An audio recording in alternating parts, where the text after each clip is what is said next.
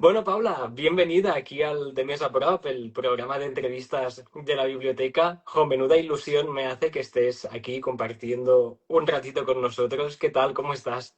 Muy bien, muchas gracias. Y yo encantada de estar aquí. Jo, pues la verdad que estaba muy ilusionado, un poco nervioso también, he de decirte, porque quiero decírtelo ya, nada más empezar. Para mí ha sido como el descubrimiento literario de este año. Te descubrí, creo que en Navidades y tal.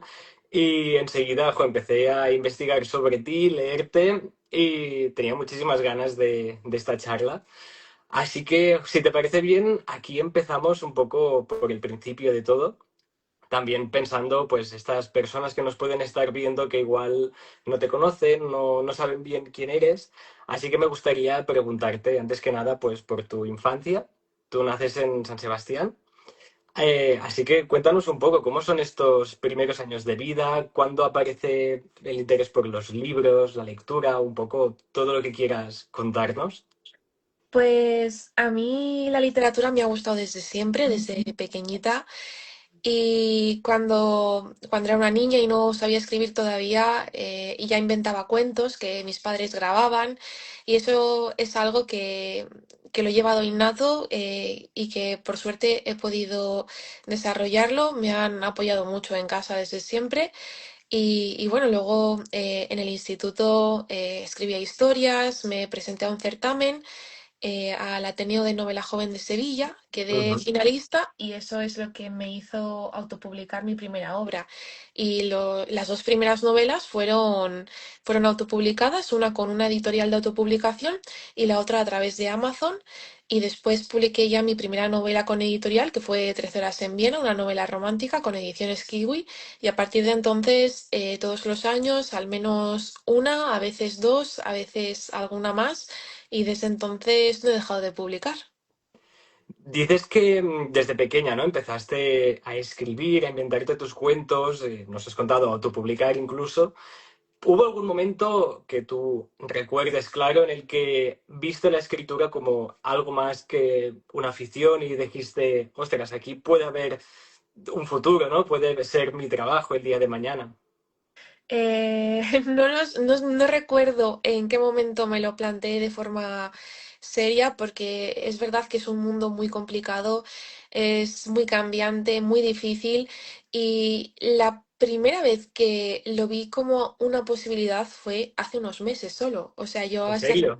Sí, yo hasta entonces compaginaba mi trabajo de escritora con trabajo de profesora, pero la vida me llevó a tener que tomar una decisión, y fue desde mayo del año pasado. O sea, tampoco llevo mucho tiempo viviendo solo de la escritura. Hasta entonces lo compaginaba y lo veía como algo muy difícil y algo muy arriesgado, que pues por una cosa u otra ahora me he arriesgado, y no lo sé, es que es un mundo tan cambiante, tan Claro. complicado.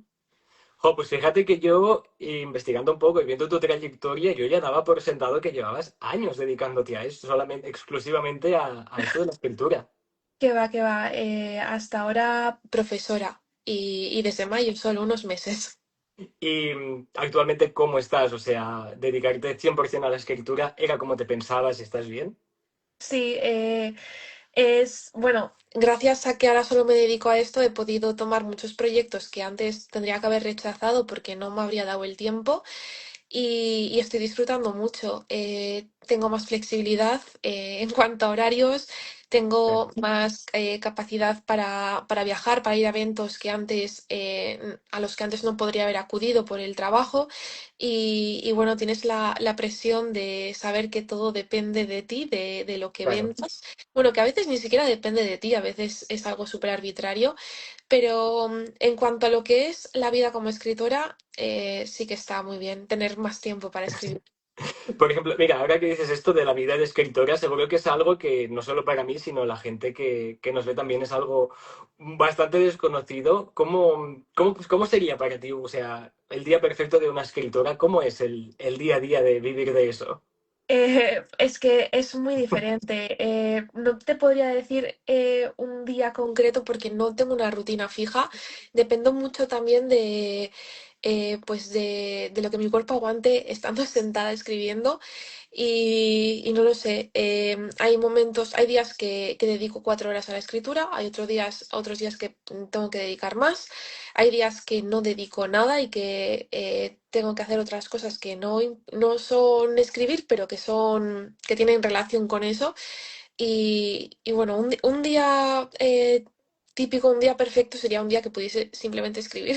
Pero Y, eso y nada más. sí, pero eso no suele pasar. Dedico mucho tiempo también a la promoción de novelas, a la gestión de redes, a prepararlo todo. Dedico tiempo a gestionar temas más administrativos, legales y demás. Em, no lo sé. Es que según el día. Para mí lo perfecto sería solamente escribir. Solamente escribir. Eso es imposible. Y tú, en tu caso, ¿cómo te llevas con todo ese tema más de la promoción? Yo, por ejemplo, en mi entorno tengo amigos, amigas que pues también publican y tal, y llevan un poco mal el tema de tener que tiene que estar esta presencia, por ejemplo, en redes sociales a día de hoy. ¿Tú cómo te llevas con eso? Yo de momento lo llevo bastante bien. Me gusta porque hasta ahora he podido hacerlo de una forma orgánica y natural sin forzar demasiado. Sí que lo preparo y sí que organizo lo que quiero contar y cómo quiero hacerlo, pero intento transmitirlo de una forma, no lo sé, como si yo fuese a un café con amigos y les Como contase. cercana, ¿no? Sí, y intento contar en redes lo que yo les contaría a mis amigos sobre lo que estoy haciendo, entonces lo disfruto. Es algo como, intento quitarme la presión, porque es verdad que hace unos años yo creo que los escritores sabíamos muy bien el tipo de promoción que hacíamos, cómo funcionaba, a Ujú. dónde llegaba, a qué lectores. Ahora las redes lo amplifican mucho más, el algoritmo Claro. funciona de tal manera que llegas a más gente, pero es verdad que últimamente el algoritmo es bastante incomprensible. Cada Es día va cambiando también un sí, poco.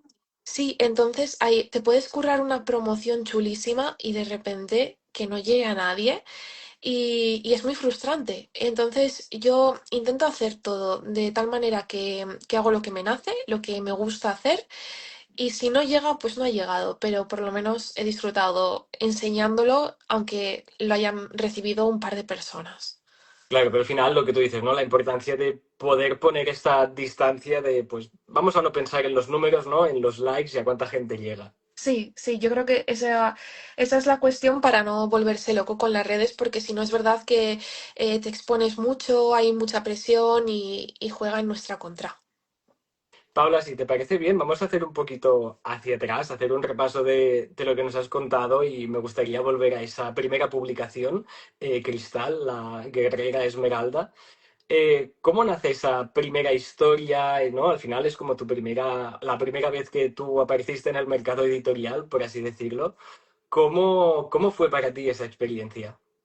Pues ha pasado tanto tiempo que lo tengo un poco borroso, pero es una historia que yo escribí estando en el instituto. Eh, la escribía estando en clase. Creo que igual eso no da muy buen ejemplo, pero la escribía en Bueno, clase. creo que casi todos lo hemos hecho alguna vez. Sí. Y, y bueno, pues yo terminé de escribir esa novela a los 17 años y la presenté a un certamen. Es una novela que trata, es que no recuerdo casi nada del argumento, sí recuerdo que era de vampiros. En esa Ujú. época, la fiebre de los vampiros, ¿Cómo pues no? yo tenía que estar ahí. Y bueno, pues fue una novela con la que aprendí mucho del mundo editorial, pero me llevé también muchos palos, Sí, porque sí, la experiencia en cuanto a lo que es el proceso de publicación no fue buena con esa editorial. Y eso me ha ayudado bueno, me ayudó a espabilar desde el segundo cero claro. pero también me ayudó a saber cómo desenvolverme en redes, por ejemplo, el tipo de redes que se usaban entonces para promocionar la novela. Y Porque entonces Instagram llevaba no mucho tampoco, ¿no? O sea, no había el peso que hay ahora. No recuerdo si había, yo no tenía, no, y no lo usaba para eso. Yo tardé bastante en usar las redes para promocionar libros. Yo lo que hacía era hablar con gente de Blogger, que en esa época Ujú. se usaba Blogger para hacer reseñas, y yo hablaba con gente de Blogger para ver si les interesaba mi novela y si querían reseñarla. Y hacía así las colaboraciones y organizaba cosas pues como libros viajeros o lecturas Qué guay. conjuntas. Cuando pasó un año de la publicación, decidí subirla a Wattpad para darle como una segunda vida. En Wattpad se hizo bastante popular y entonces eso hizo que cuando publiqué la siguiente novela la gente ya me conocía y también decidió comprarla. Y con esa siguiente novela hice lo mismo, pasó un año y la puse gratuita en Wattpad. Y bueno, era un poco, pues las oportunidades que surgían yo las iba Ujú. cogiendo. ¿Esa segunda novela de la que hablas ya fue la de 13 horas en Viena? No, ¿O esa antes fue es. otra? Hubo otra que es Imperfecta Armonía, que esa Ujú. la autopubliqué con Amazon. Y Tres Horas en Viena ya fue con Ediciones Kiwi. ¿Y cómo fue para ti el ver que no solo que tus ideas, tus libros ya se materializaban, ¿no? Que eran una realidad, sino también el ver que la gente te empezaba a conocerte, te empezaba a leer? ¿Eso te dio vértigo en algún momento decir, ostras, ahora mis historias ya no solo son mías, sino que la gente puede leerlas? Sí, es una experiencia muy emocionante. Más que miedo es emoción por Ujú. saber que alguien más se la está leyendo y, y no sé, era muy guay ver que algo que ha estado dentro de tu cabeza tanto tiempo, de repente la gente lo conoce. No tenía tanta exposición, ni mucho menos como tengo ahora, entonces era algo más, no sé, de vez en cuando me llegaba alguna reseña o alguien que me etiquetaba en alguna foto de un libro, pero ha sido algo muy, muy gradual. Empecé abajo del todo, entonces ha sido algo como que he ido viendo poquito a poco en cada publicación un poquito más. Y en ese crecimiento que has ido experimentando, ¿qué crees que es lo más importante que tú hayas aprendido? Igual también para alguien que nos está viendo, que sueña con algún día, ¿no? Pues estar donde estás tú, que tú digas, jo, pues eso me hubiese gustado que alguien me lo hubiera contado de cuando empezaba o algún consejo que te hayan dado a ti. Yo creo que lo que más me sirve a mí es tener paciencia, Que eso es porque algo que se está perdiendo. sí. Y yo he disfrutado muchísimo del proceso y yo sé que cuando estás llamando a muchas puertas, estás buscando un hueco en el sector editorial, tienes muchas ganas de publicar, de que conozcan tu historia, pero al final lo bonito es el camino Ujú. y no sé, esa ver poco a poco, echar la vista atrás y ver que con cada libro te van conociendo más o que las tiradas son mayores o que recibes más reseñas. No sé, es agradable verlo así. Y yo creo que es importante tener paciencia y disfrutar de lo que de verdad importa, que es la escritura como tal. Pues es importante y muy necesario porque vivimos en una época, ¿no? En la que nos obsesionamos ya directamente con el destino, ¿no? De llegar, ya quiero ver mi libro publicado y qué importante que lances este mensaje también. Sí, sí, es que yo creo que es eso, que a veces nos puede comer un poco esa ansiedad de llegar al final cuando lo importante es la escritura. Es como, cálmate y disfruta. Sí, eso es. Paula, como vemos, tienes tras de ti un montón de obras publicadas, pero no sé si hubo para ti un antes y un después cuando publicas Todas las criaturas oscuras, que está siendo mi lectura actual, que ya te dije, o sea, me tienes obsesionado. Cuéntanos un poco cómo nace esta historia, porque es que o sea, yo nada más empecé el primer capítulo pensé, pero qué fantasía de trama de todo, qué pasada. Pues esta historia fue como una amalgama de ideas. Yo tenía la oportunidad de presentarle un proyecto a Urano. Y yo quería hablar de la identidad. Era algo que me rondaba la cabeza mucho tiempo. ¿Qué nos hace humanos? ¿Qué nos hace diferentes? Yo creo que todos nos ponemos alguna máscara alguna vez para encajar, para ser más agradables frente a los demás o simplemente por nosotros mismos, ¿no? Por Ujú. hacer que las situaciones sean más fáciles. Y hay veces que las máscaras son pequeñas, son máscaras de cordialidad o son máscaras muy importantes como ocultar una parte de ti mismo. Y yo me pregunté qué pasaría si hubiese alguna persona que llevase siempre una máscara y siempre fingiese ser alguien más. ¿Qué quedaría dentro de ese protagonista para decir quién es? Y así surge la idea de Lyra, que es una persona con el don de cambiar de forma, Ujú. que tiene que suplantar a la princesa de un reino y bueno, su objetivo es anular por completo su personalidad. Y es así nace un poco la idea de esta infiltración, de qué resquicios quedan para conocer a la verdadera Lira, que no es Lira, que tiene otro nombre. Y yo también quería escribir sobre mitología vasca y pensé que, ¿por qué no? Iba a ser un mundo de fantasía, iba a ser un mundo con mucha magia y decidí que era el momento de introducir esa mitología vasca, esas leyendas con las que yo he crecido en esta historia y fue así un poco un cúmulo de ideas. Eso te quería preguntar también, ¿cómo fue traerte un poco esa historia a lo personal, ¿no? A la mitología con la que has crecido.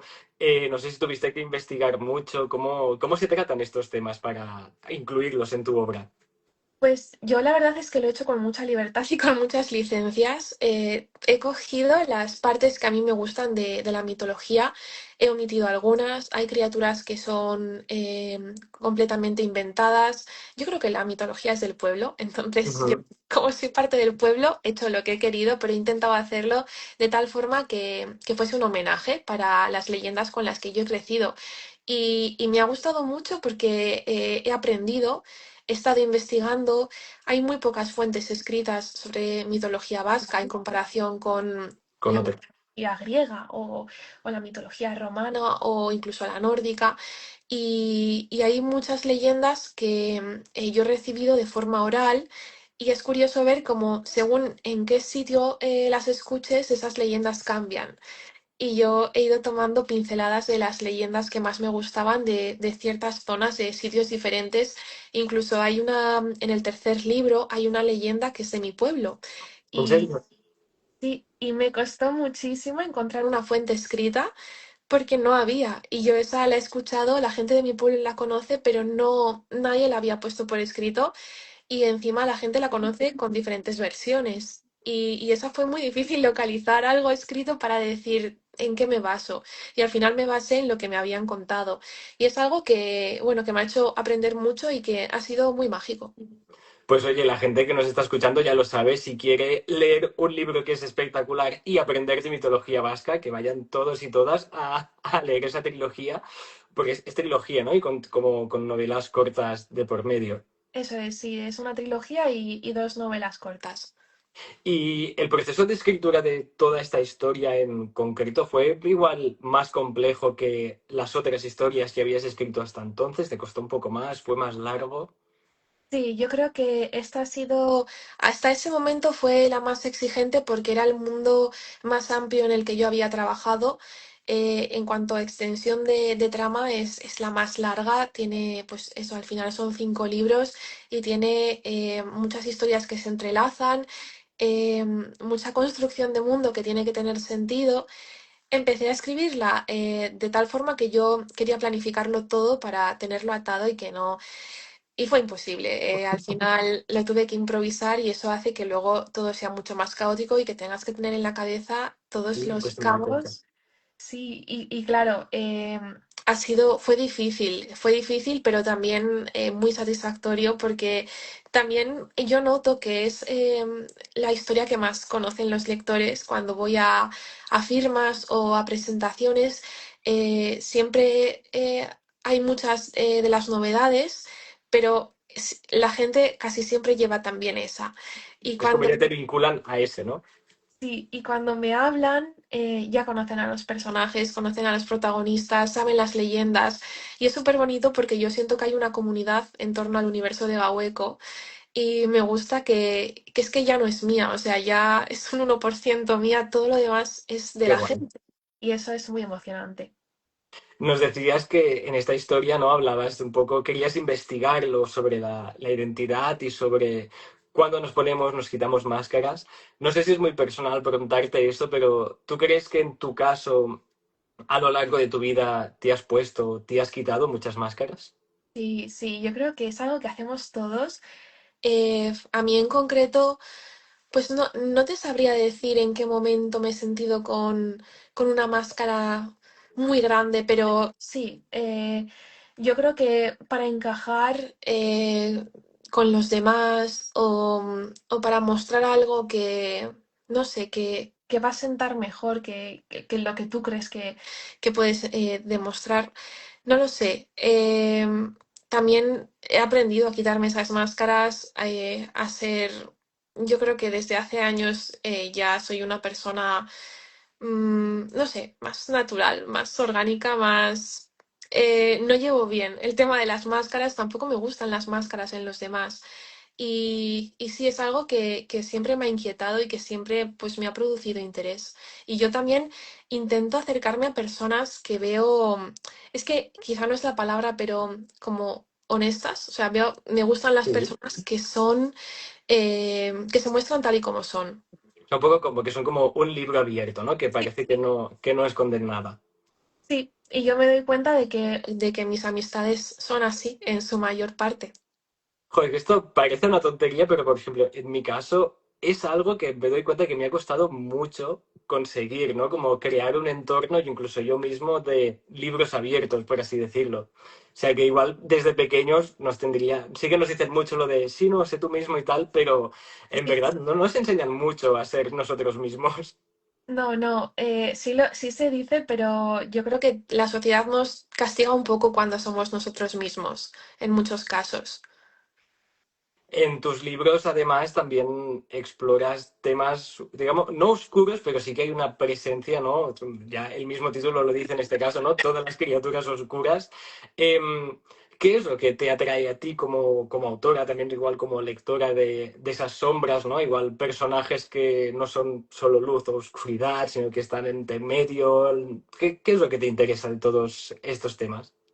Lo que más me gusta es la humanidad. Es un poco yo creo que todas las personas tenemos una parte luminosa y una parte oscura y a mí me gustan muchísimo los héroes que son pura luz y el héroe canónico, el héroe que es Ujú. que se sacrifica por la trama, por el pueblo, pero me gustan aún más los héroes que tienen una parte oscura, casi de villanos. Y yo creo que todas estas cosas que son contradicciones dentro de nosotros mismos, que son dilemas, que son problemas éticos, estas sombras que tú dices, creo que es lo que nos hace humanos Total. y me gusta mucho explorarlas. Porque Sí, creo que la vida es muy difícil, no, no es todo blanco o negro, creo que hay muchos grises. bueno, es debe decir, no existe nadie o casi nadie que sea 100% bueno o igual 100% malo. Exacto, sí. Y claro, tú cuando escribes, ¿crees que en tu caso te ha ayudado a entender tus propias sombras, digámoslo así un poco metafórico, o te ayudó en algún momento la escritura a salir adelante, conocerte mejor? Sí, yo creo que todas las historias me han aportado algo de una forma o de otra. Con todas las criaturas oscuras, pues fue también el tema de la identidad, ¿no? Explorar eso, explorar qué es lo que nos hace humanos, qué nos hace únicos. Con un libro, por ejemplo, que siempre pongo como representativo de esto fue Ofelia y el sueño de cristal, que es un Ujú. libro en el que la protagonista em, puede llegar a desarrollar una enfermedad, sabe que está en sus genes y tiene mucho miedo a la muerte.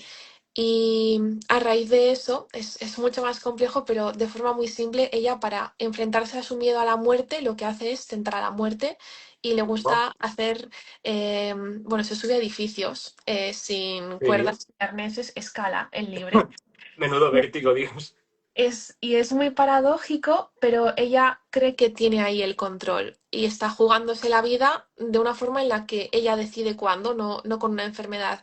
Y es una historia que explora mucho los temas de la muerte, del duelo, de perder a alguien, y a mí eso me ayudó a entender qué es la muerte, que es un tema como muy gordo que tampoco creo que Sí. nos Y enseñen muy, mucho. muy tabú también, ¿no? Claro, y es un tema, a mí, por ejemplo, no me habían enseñado a llevar el tema de la muerte, a entenderlo, a hacer un buen duelo. Creo que no nos enseñan a ninguno, en Para nada. muy pocas casas, por lo que dices tú, es un tabú, no se habla. Y a mí en este libro me sirvió para entenderlo de otra manera y afrontar la vida, las enfermedades, la muerte de otra forma. Jo, pero imagino que tiene que ser difícil, ¿no? Tratar temas como estos en una novela, también sabiendo, en tu caso, por ejemplo, te lee mucha gente joven. ¿A ti te cuesta pues ponerte a tratar temas de estos, ¿no? Y buscar, pues no sé, un balance para que se entienda, para que llegue bien? Sí, es algo a lo que le presto mucha atención por lo que dices tú, porque sé que tengo una responsabilidad como artista. No, no creo que pueda decir cualquier cosa, porque hay gente que me lee a la que le puede sentar mal o le puede Claro. influir o no sé, creo que tengo una responsabilidad y yo siempre intento informarme mucho, intento leer sobre el tema, si es un tema complicado, intento leer, intento informarme, intento hacerlo bien y yo sé que a lo mejor lo que escriba ahora, igual dentro de 10 años, lo podría mejorar, no solo en Ujú. cuanto a calidad literaria, sino en cuanto a si yo como persona mejoro, seguramente podría ofrecer otra Claro. visión sobre esto.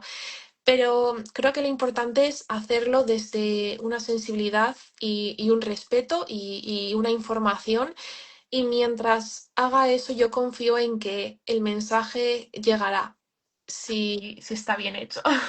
Jo, pero me parece súper importante que tengas tan presente esa responsabilidad de la que hablas, porque también se ven, ¿no? Muchas personas que son conocidas, que no tienen ningún tipo de filtro, dicen cualquier cosa y que, jo, que importante que tengas esa conciencia, ¿no? De que la gente te ve, te lee y te escucha.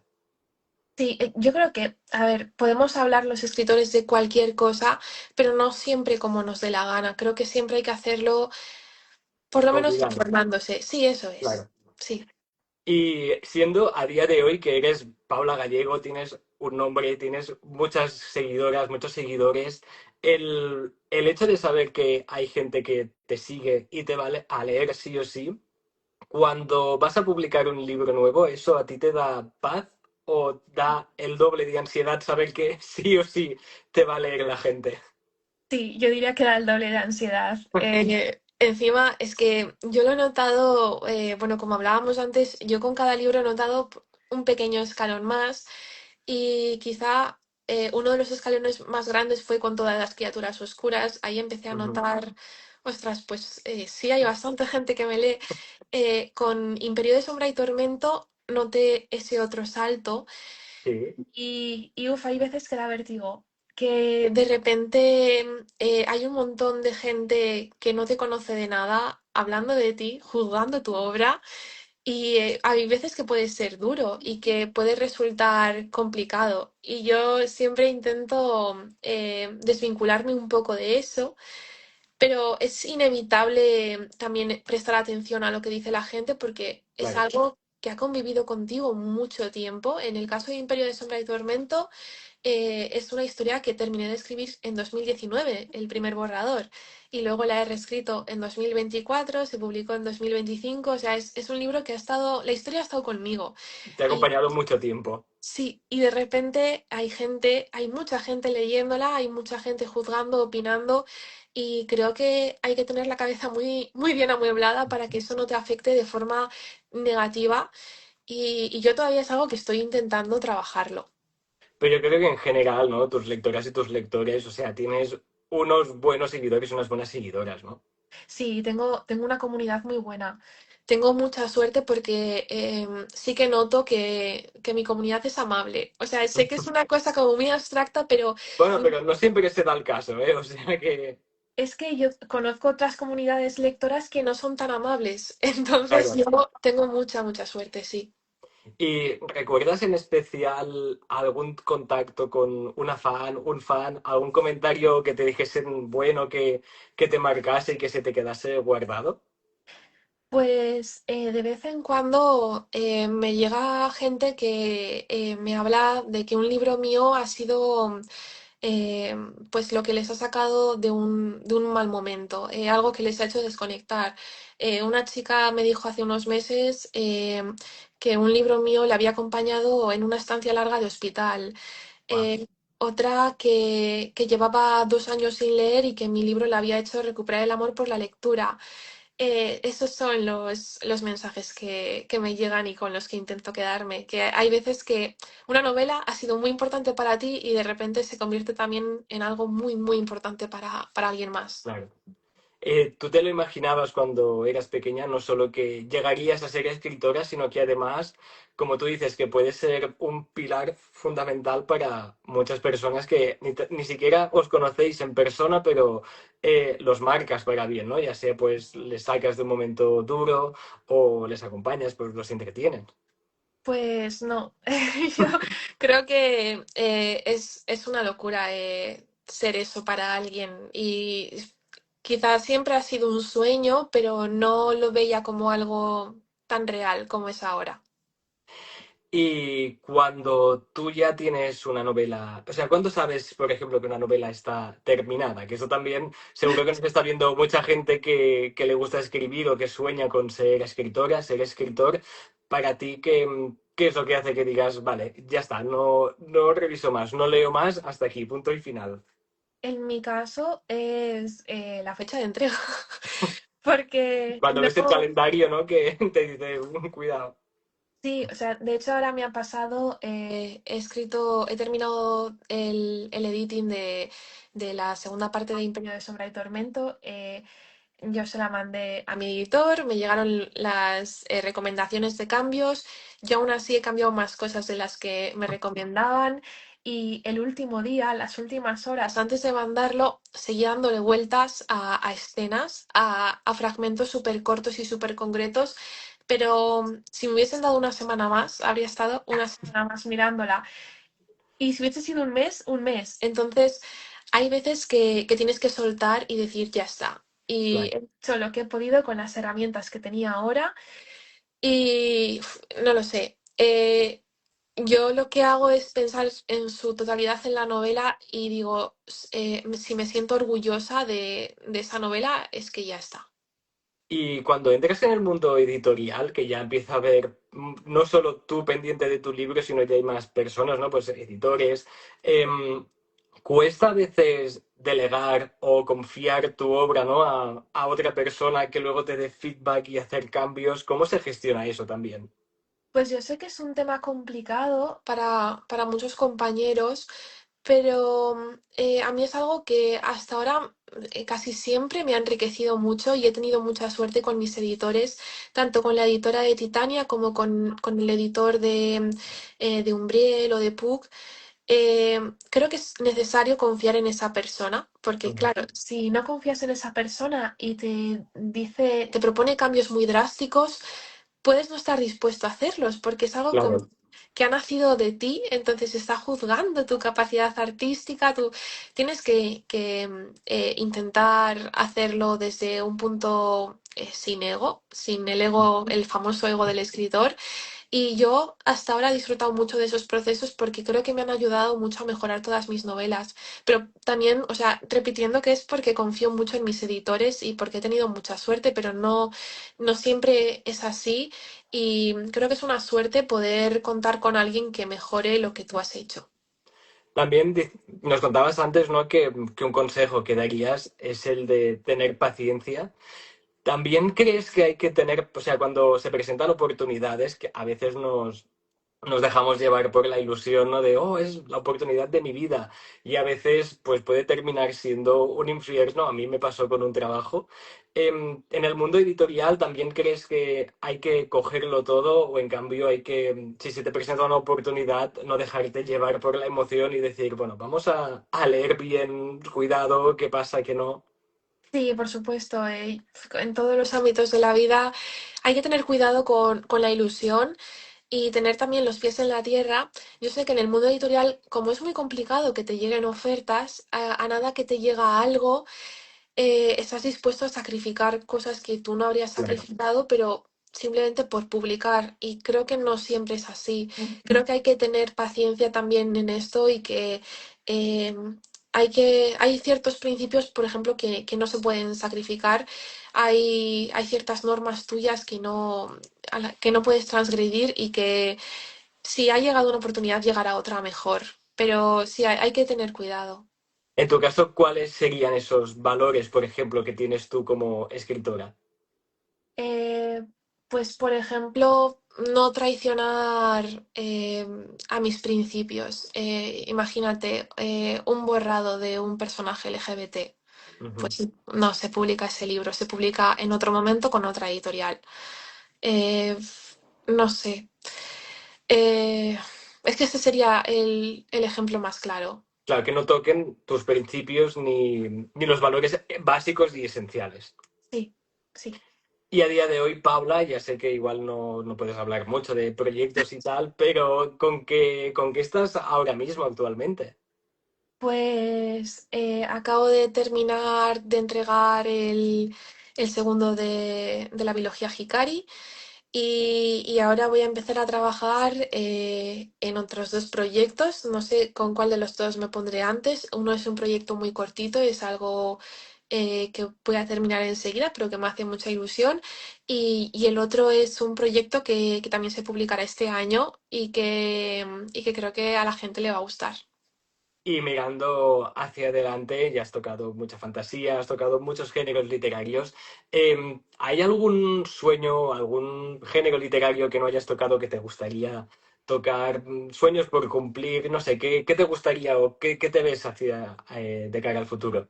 De momento creo que voy a seguir con los géneros en los que he publicado hasta ahora.